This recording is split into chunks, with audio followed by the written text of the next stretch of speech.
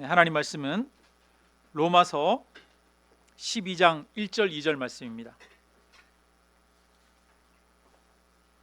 로마서 12장 1절 2절 말씀.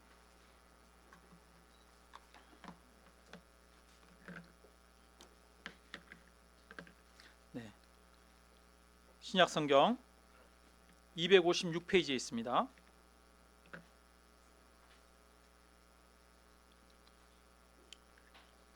네, 우리 함께 한 목소리로 같이 읽습니다. 그러므로 형제들아, 내가 하나님의 모든 자비하심으로 너희를 권하노니 너희 몸을 하나님이 기뻐하시는 거룩한 산 제물로 드리라. 이는 너희가 드릴 영적 예배니라.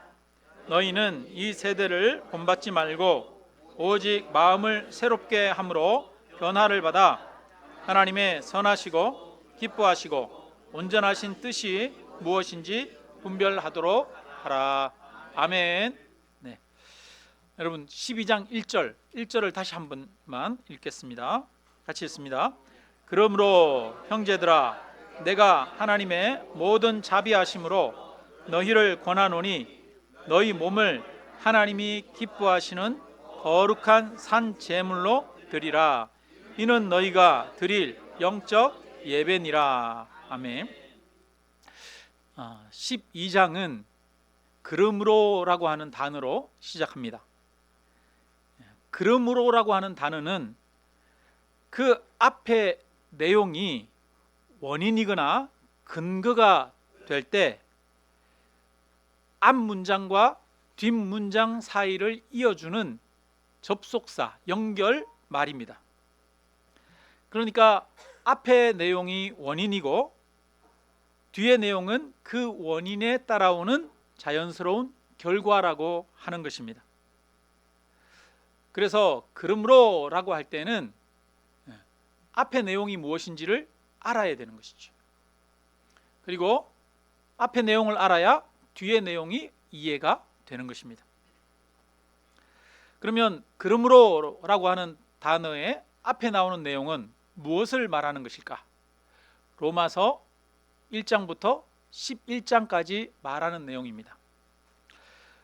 로마서는 1장부터 11장까지 그리고 12장부터 마지막 장까지 이렇게 크게 두 부분으로 나누어질 수 있습니다. 이 앞부분과 뒷부분을 연결하는 단어, 그 단어가 뭐라고요? 그러므로. 그러면 1장부터 11장에 나오는 내용이 무엇이냐? 하나님이 우리를 어떻게 구원하셨는지에 대한 것입니다. 저와 여러분은 전적으로 타락하여 스스로 구원받을 수 없는 죄인입니다. 하나님이 예수님을 화목 제물로 십자가에 대신 내주셨습니다. 그래서 죄인인 우리를 예수 그리스도의 의로 덧입혀 주시고 우리를 의롭다 해 주십니다. 우리를 하나님의 자녀로 삼아 주십니다. 그래서 우리는 이 하나님의 은혜와 사랑으로 인해 하나님의 자녀가 되었고 영생을 얻었습니다. 이 하나님의 놀라운 사랑에서 우리를 끊을 수 있는 것은 아무것도 없습니다. 하나님은 우리를 자녀 삼으실 뿐 아니라 우리로 하여금 성화되고 영화롭게 만들게 위해서 하나님이 친히 우리의 삶을 인도하시고 이끌어 주십니다. 그래서 1장부터 11장의 핵심, 그것은 하나님이 우리를 위해서 하신 것, 그것이 무엇인지에 대한 내용입니다. 우리가 하나님으로부터 받은 놀라운 사랑과 구원과 은혜에 대해서 이야기를 하고 있는 것입니다.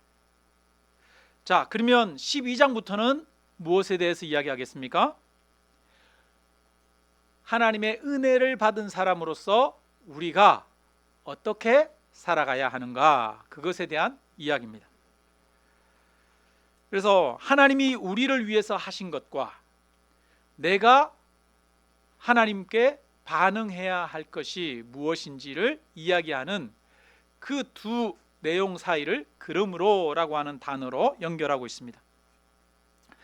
그러니까 성도의 삶은 우리를 구원하신 하나님의 은혜와 사랑의 결과라는 것입니다. 1장부터 11장까지가 원인이고 그 결과가 12장부터 16장까지 내용입니다.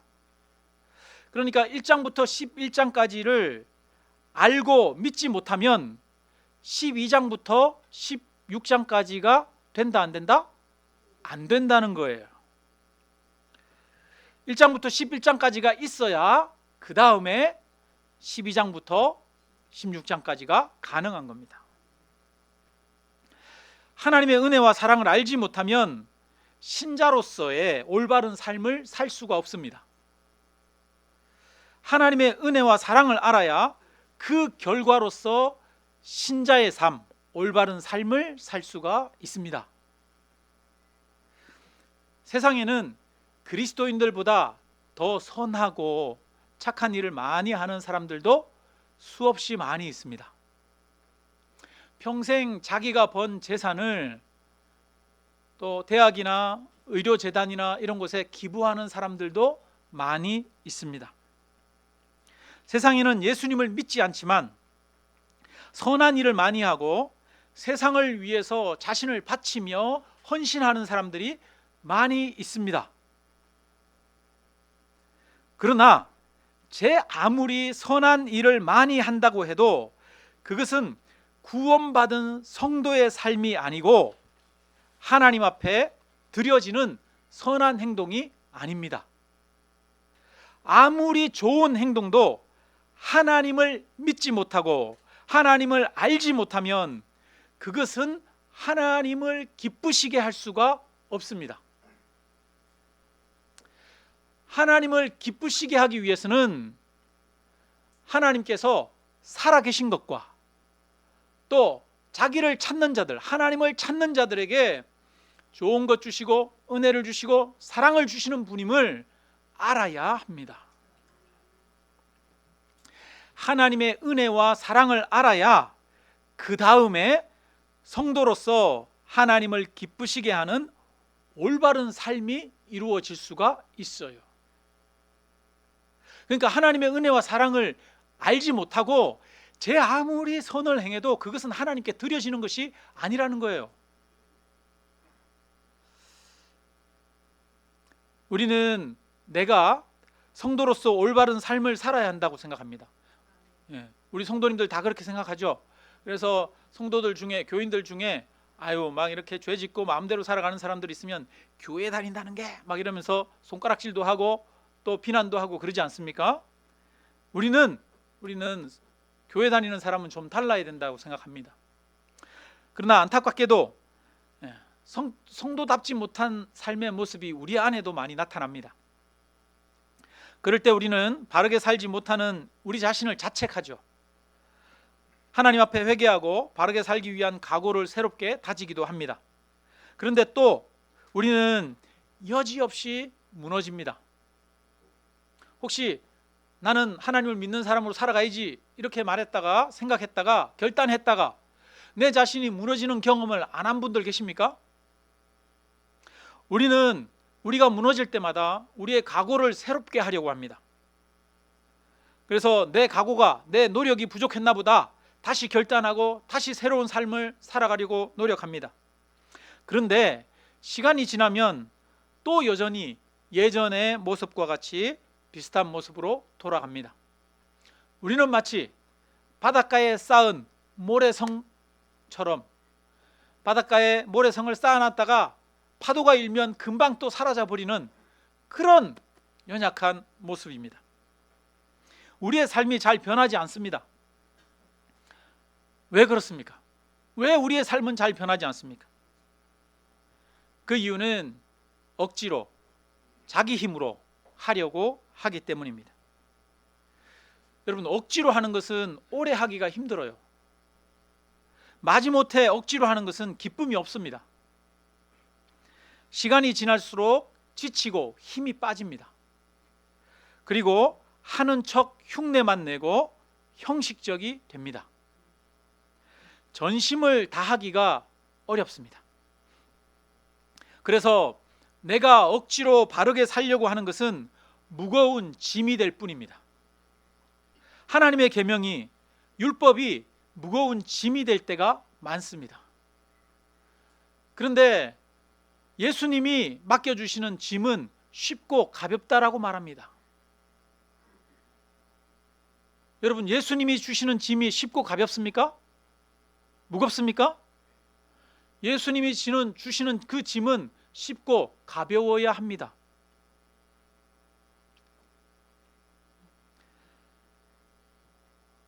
왜 쉽고 가벼워야 합니까? 기쁨으로 하기 때문입니다.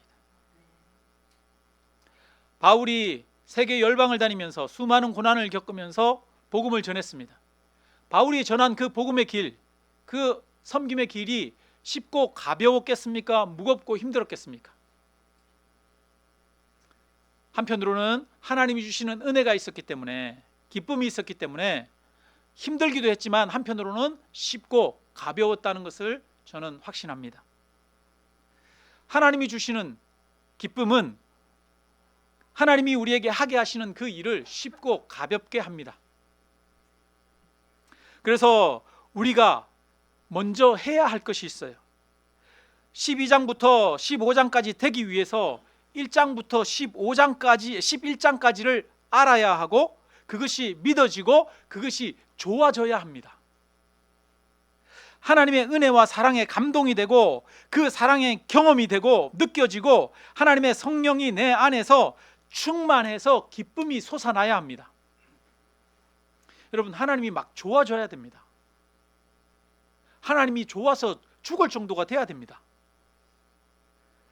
하나님의 사랑으로 내 마음에 만족이 차오르고 마음이 평안하고 담대해져야 합니다.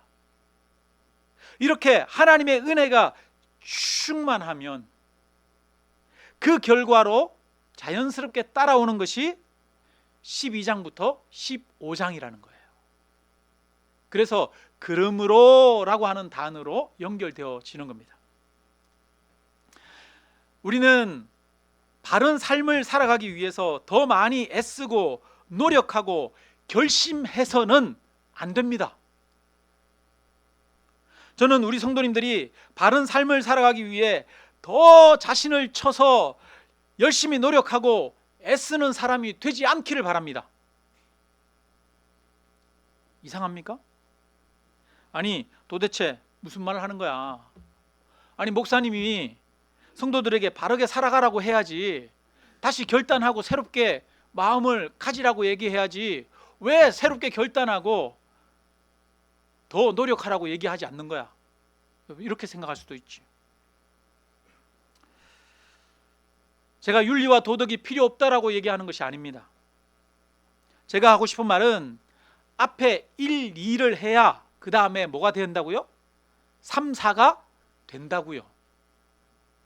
3, 4는 1, 2의 결과예요. 3, 4를 먼저 하려고 하면 절대로 할 수가 없어요. 건물을 지을 때 1층, 2층을 쌓아야 그 다음에 3층, 4층이 지어지죠. 1층, 2층을 안 쌓았어요. 3층, 4층이 지어질 수 있습니까? 안 지어져요. 1층, 2층을 쌓아야 합니다. 우리가 힘써야 하는 것은 내 행동을 고치려고 노력하는 것이 아닙니다. 율법을 지키려고 애를 쓰는 것이 아닙니다. 나의 삶의 잘못된 부분을 고치려고 노력하는 것이 아닙니다. 우리는 먼저 하나님을 알아가기 위해 힘써야 합니다. 힘써 하나님을 알아야 합니다. 하나님이 지금도 나와 함께 하심을 믿는 일에 힘써야 합니다. 하나님의 임재를 경험하고 하나님이 주시는 기쁨과 평안, 담대함으로 내 마음이 충만해지도록 하는 일에 힘써야 합니다. 우리는 하나님의 사랑과 은혜에 감격하여 하나님의 크심과 신비로우심에 놀라워해야 합니다. 하나님의 사랑이, 하나님의 은혜가 내 안에 먼저 가득 채워져야 합니다.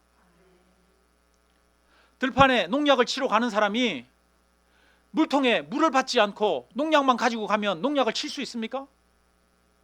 들판에 약을 치러 가는 사람은 먼저 농약통에다가 물을 받아야 돼요. 하나님으로부터 은혜를 받아야 됩니다. 하나님의 사랑을 알아야 됩니다. 내 안에 하나님이 주시는 기쁨과 하나님이 나와 함께 하신다는 사실을 믿는 믿음으로 채워져야 합니다. 하나님의 임재를 날마다 경험해야 합니다. 하나님이 나와 함께 하시는 순간순간 그 손길을 느껴야 합니다. 그게 먼저예요. 하나님을 힘써 아는 것이 먼저입니다. 도덕과 윤리가 먼저가 아니에요. 내 노력으로 하는 도덕과 윤리는 하나님께 드려지는 제사가 될 수가 없습니다. 우리는 이제는 내가 사는 것이 아니요 내 안에 그리스도가 사는 것입니다.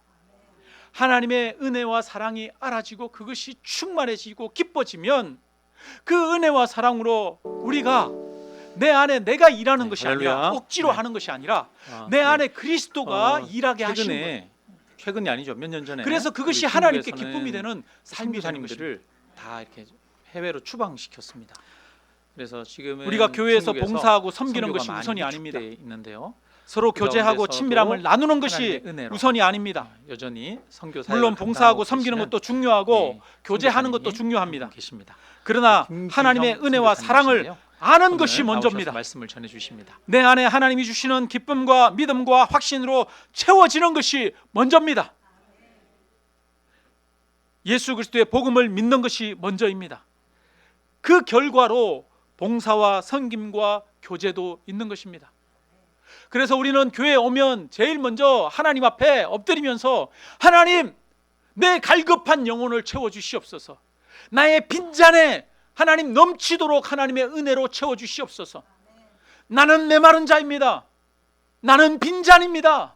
나를 채워주십시오. 이렇게 먼저 기도해야 하는 것입니다.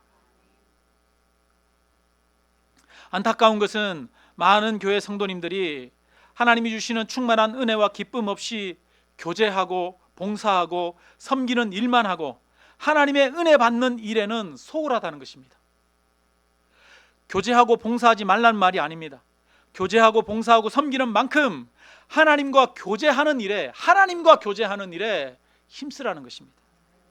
우리는 하나님의 말씀을 듣고 하나님 앞에 나아가 기도하고 하나님을 묵상하는 일에 힘써야 합니다. 제가 우리 교회에서 가장 중요하게 생각하는 것은 모든 성도님들이 한 사람 한 사람 하나님의 사랑 가운데 충만해지는 것입니다. 저는 우리 교회 성도님들이 봉사를 많이 하고 헌신을 많이 하는 것보다, 성도님들이 경제적으로 부유해지는 것보다, 육체적으로 건강해지는 것보다 하나님의 사랑을 깊이 알고 하나님의 은혜로 충만한 성도님들이 되시기를 원합니다. 우리는 하나님의 은혜와 사랑을 먼저 알고 하나님의 은혜 안에 머물러야 합니다. 마르다 마리아의 이야기를 우리는 잘 알지 않습니까? 죽었다가 살아난 나사로, 그에게는 두 여동생이 있었습니다. 마르다는 부엌에서 일하느라가 바쁘고, 동생 마리아는 예수님의 발 앞에 앉아가지고 예수님이 하시는 이야기만 듣고 있습니다. 밖에서 분주하게 일하고 있던 마르다는 혼자서 많은 사람들을 위한 음식을 준비하느라 지쳤습니다. 그래서 예수님에게 말합니다. 예수님, 내 동생 마리아 좀 보내주세요. 걔 마리아 좀 혼내가지고 나한테 가서 좀 도와주라고 얘기해 주십시오. 그랬더니 예수님이 뭐라고 말씀하십니까? 마리아는 좋은 편을 선택하였으니 그것을 빼앗기지 아니하리라. 봉사하는 것이 필요 없다는 것이 아닙니다.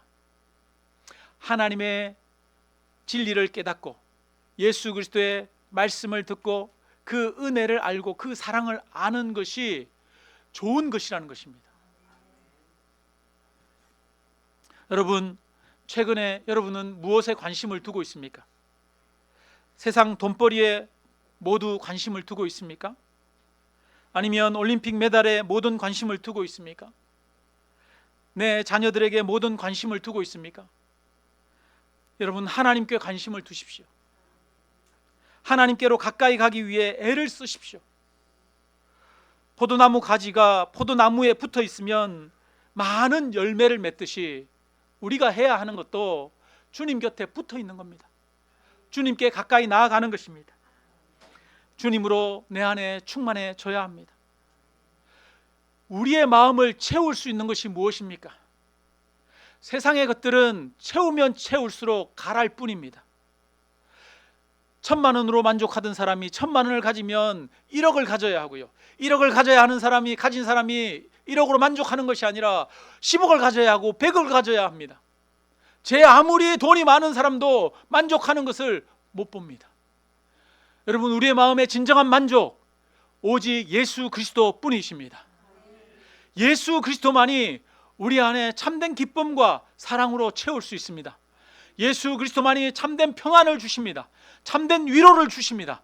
우리에게 참된 능력이 되십니다. 우리는 예수 그리스도를 가진 자는 모든 것을 가진 자입니다. 그래서 예수님을 알기 위해 예수님을 깊이 만나고 내가 주는 물을 마시는 자는 다시는 목마르지 아니한다고 하시는데 주님이 말씀하십니다. 내가 주는 물을 마시는 자는 다시는 목마르지 아니하리라. 주님이 그 안에 있는 사람은 그 가람이 채워집니다. 저와 여러분의 가람이 예수님으로 인해 오늘도 채워지기를 주님의 이름으로 축원합니다. 그리고 이제 이어서 바울은 그러므로 라고 말한 다음에 그러므로 하나님의 은혜와 사랑을 알고 나서 알아라. 하나님의 은혜와 사랑을 알고 나서 그러므로 형제들아 내가 하나님의 모든 자비하심으로 너희를 권하노니 뭐하라? 너희 몸을 하나님이 기뻐하시는 거룩한 산 제물로 드리라. 1장부터 11장의 결과가 자신의 몸을 하나님 앞에 기쁨으로 거룩한 산 제물로 드리는 것입니다. 예전에는 내 기쁨을 위해서 살았는데 하나님의 은혜와 사랑을 알게 되면 점점 더 하나님을 기쁘시게 하고 싶어집니다. 살아가는 이유와 동기가 바뀌는 겁니다. 여러분, 하나님을 기쁘게 하고 싶습니까? 아니면 하나님이 나를 기쁘게 해주기를 원하십니까?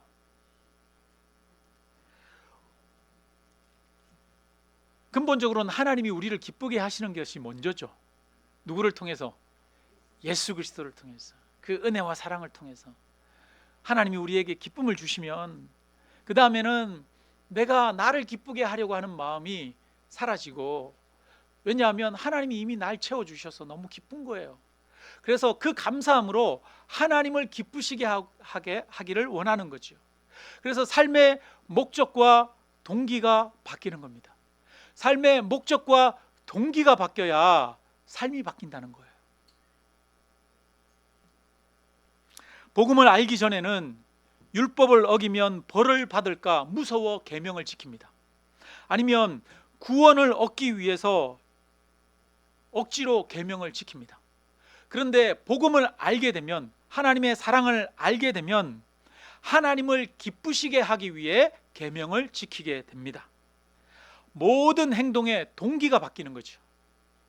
여러분, 우리는 우리의 삶의 동기가 바뀌어야 되는 거예요. 삶의 이유가 바뀌어야 되는 거예요. 겉으로 드러나는 모습이 바뀌는 게 아니라 겉으로 드러나는 모습이 아무리 선해도 그 목적과 동기가 바뀌지 않으면 겉으로 드러나는 모습은 헛거예요. 헛거. 선하게 살아가는 것 같지만 하나님께 드려지는 것이 아니라고요. 그 마음 안에 하나님께 드리고 싶은 마음에, 하나님께 감사한 마음으로 삶의 이유와 동기가 바뀌어서 행하는 선한 삶이야말로 진정으로 하나님께 드려지는 제물의 삶, 예배의 삶이 된다는 것입니다.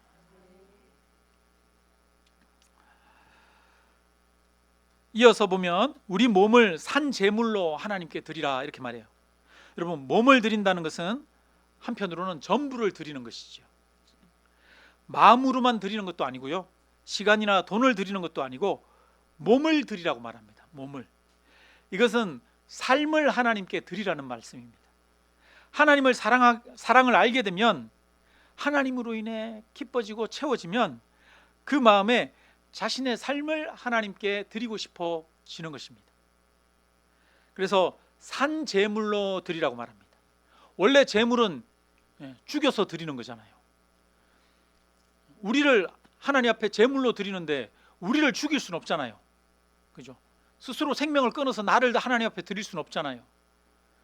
그러니까 우리는 살아있는 제물로 하나님 앞에 우리 자신을 드리는 거예요. 그러니까 살아있는 삶, 살아서 매일매일 행하는 모든 것이 하나님 앞에 드려지는 제물이 된다는 거예요. 제물의 삶이 된다는 거예요.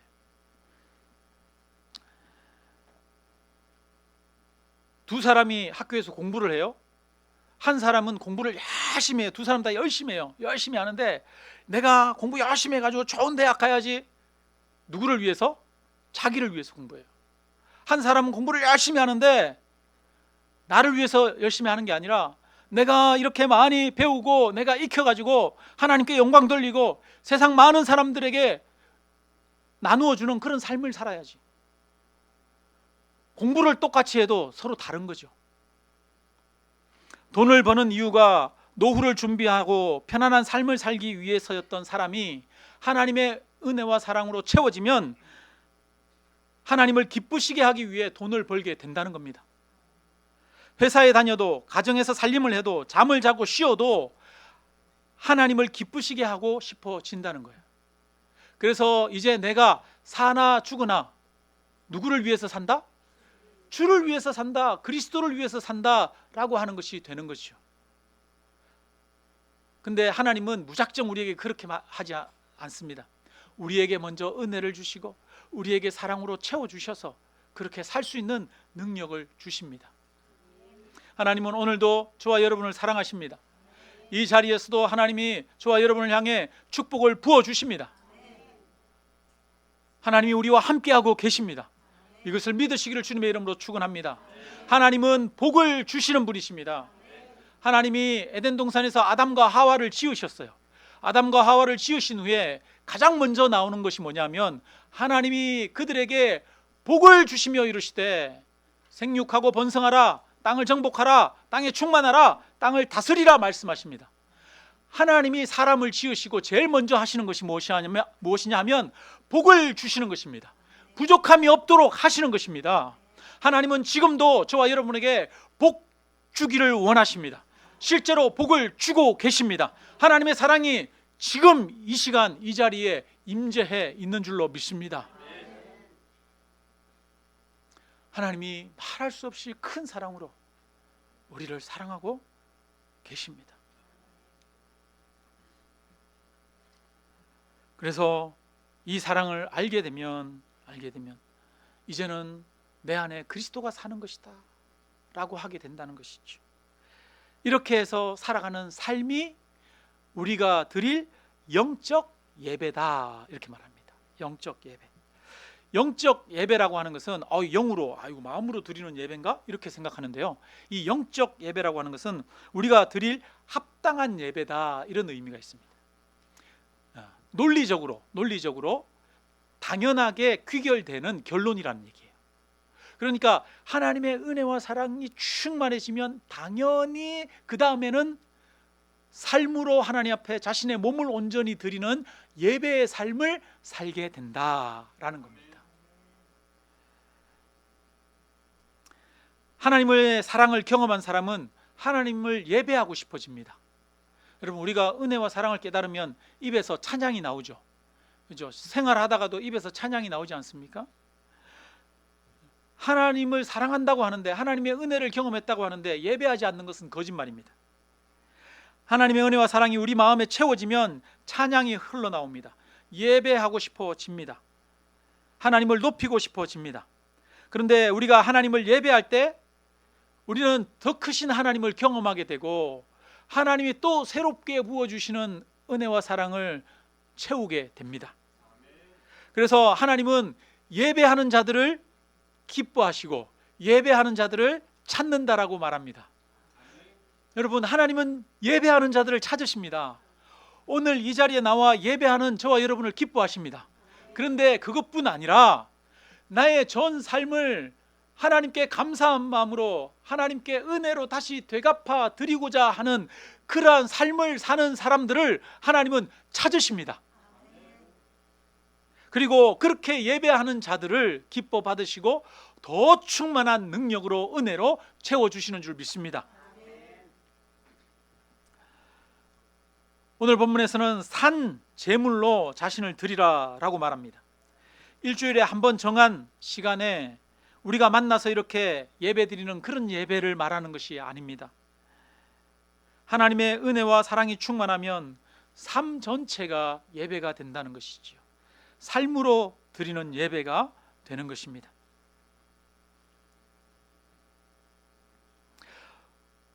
(1절) (2절) 이후에 그 다음에 (3절부터) 쭉 나오는 내용이 그 다음에 성도가 어떻게 살아야 되는지 이야기를 하고 있어요.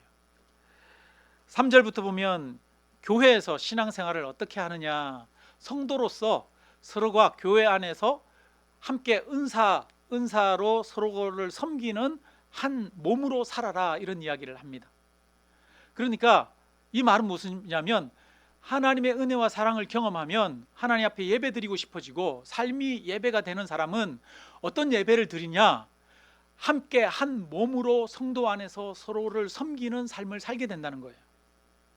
그래서 그 이후에 나오는 내용은 예배의 삶이 무엇이다 라고 얘기하는 겁니다. 그러니까 12장부터 15장까지 나오는 것은 예배의 삶에 대해서 이야기하는 거예요. 그냥 단순히 야 너희는 선하게 살아야 된다, 착하게 살아야 된다, 그리스도인은 이렇게 살아야 된다, 이 얘기를 하는 것이 아니라 우리가 진정으로 하나님 앞에 삶으로 드리는 예배는 이런 모습이다 라고 이야기하는 거예요. 그러니까 12장 1절 2절이 중요한 겁니다. 1절 2절을 알아야 그 다음 절이 가능한 거예요. 그래서 2절에 보니까 이렇게 말하죠. 너희는 이 세대를 본받지 말고 오직 마음을 새롭게 함으로 변화를 받아 하나님의 선하시고 기뻐하시고 온전하신 뜻이 무엇인지 분별하라. 여러분, 이 세대를 본받지 말고 마음을 새롭게 합니다. 마음을 새롭게 해요. 여러분, 어떻게 마음을 새롭게 합니까? 내가 안 그래야지 이렇게 하면 새롭게 합니까? 내가 하나님 앞에 내가 예배드려야지 하면 새롭게 합니까? 여러분, 우리 마음이 새롭게 되는 것은 예수 그리스도의 복음으로 우리의 마음이 새롭게 되는 거예요. 하나님의 은혜와 사랑으로 내 마음이 새롭게 되는 거예요. 내가 결단하고 내가 각오한다고 해서 내 마음이 새롭게 되는 게 아니에요. 우리가 변화를 받아야 됩니다. 이 세상에서 변화를 받아야 됩니다. 어떻게 변화됩니까? 하나님을 만나면 변화되는 거죠. 복음을 알면 변화가 되는 거예요. 하나님의 사랑이 내 마음에 넘치면 내가 변화되는 거예요. 그래서 하나님의 선하시고 기뻐하시고 온전하신 뜻이 무엇인지를 생각하면서 살아가게 되는 것이지요. 핵심은 그겁니다. 그러므로 하나님을 예배하라. 그러므로가 돼야 됩니다. 그러므로 1장부터 11장까지가 돼야 돼요. 그 다음에 하나님을 예배하는 삶을 살게 된다는 것입니다. 말씀을 마칩니다. 여러분, 우리는 빈잔과 같은 사람들 아닙니까? 우리 안에 무엇으로 채울 수 있습니까? 세상의 재물이 우리의 마음을 온전히 채울 수 있습니까? 아니면 다른 사람이 내 마음을 온전히 채울 수 있습니까? 내가 가지고 있는 여러 가지 능력이나 힘이 나의 안전을 보장하고 나의 미래, 나의 구원을 약속할 수 있습니까? 오직 예수님의 은혜, 예수님의 사랑, 그 놀라운 하나님의 함께 하심만이 우리의 마음을 채울 수 있는 유일한 능력인 줄로 믿습니다. 우리는 빈잔입니다. 여러분, 나는 빈잔입니다. 나는 빈잔입니다. 하나님 나를 채워주시옵소서 라고 고백하는 저와 여러분 되시기를 바랍니다. 그래서 하나님의 사랑, 하나님께로 날마다 가까이 가고, 그래서 하나님의 은혜 안에, 하나님의 임재 안에 머물러야 합니다. 우리의 신앙의 신비는 그런 것입니다. 하나님이 예수 그리스도가 우리의 신부가 되신다라고 합니다. 우리가 신앙생활을 깊이 하고 하나님을 가까이 하고 하나님께로 점점 더 나아가면 우리는 하나님의 사랑을 깊이 경험할 수 있습니다. 한 몸처럼 예수님이 나의 신랑이 되고 나는 신부가 된 것처럼, 부부가 하나가 된 것처럼 예수님이 내 안에 함께 계신 것을 경험하면서 누리면서 살 수가 있습니다. 여러분, 이것을 사모하시기 바랍니다. 그러므로 이 그러므로가 되어지면 그 다음에 우리의 자신을 하나님 앞에 신부로서, 기쁨의 예물로서, 제물로서 드리게 되어질 것입니다. 우리 함께 하나님 앞에 찬양 드리겠습니다.